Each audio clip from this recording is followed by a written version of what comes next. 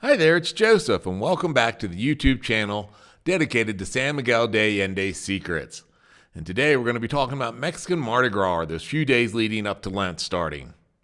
As always, there's information and links in the descriptive box below, and including a link to Amazon.com if you wish to purchase any of the books in the best-selling series, San Miguel de Allende's Secrets. When walking through the town square on the weekend and days leading up to Ash Wednesday, stay alert. Vendors will be surrounding the square selling big baskets of dyed eggs filled with confetti, glitter, and cornstarch.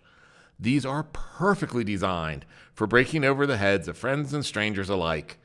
Kids especially get a big giggle out of bashing them on the noggins of unwary foreigners. If you don't go home covered in confetti, you haven't properly enjoyed Carnival or Mardi Gras. To visit the Jardín in front of the paroquia these evenings is to witness a dust-covered egg war zone filled with hilarity and good cheer my children spent hours at.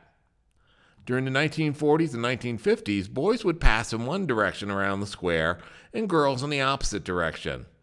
If a lad favored a lass, he would smash an egg on her head. If she had similar feelings, on the next rotational pass, she would reciprocate on his head. The color of the paper flowers sold held significance.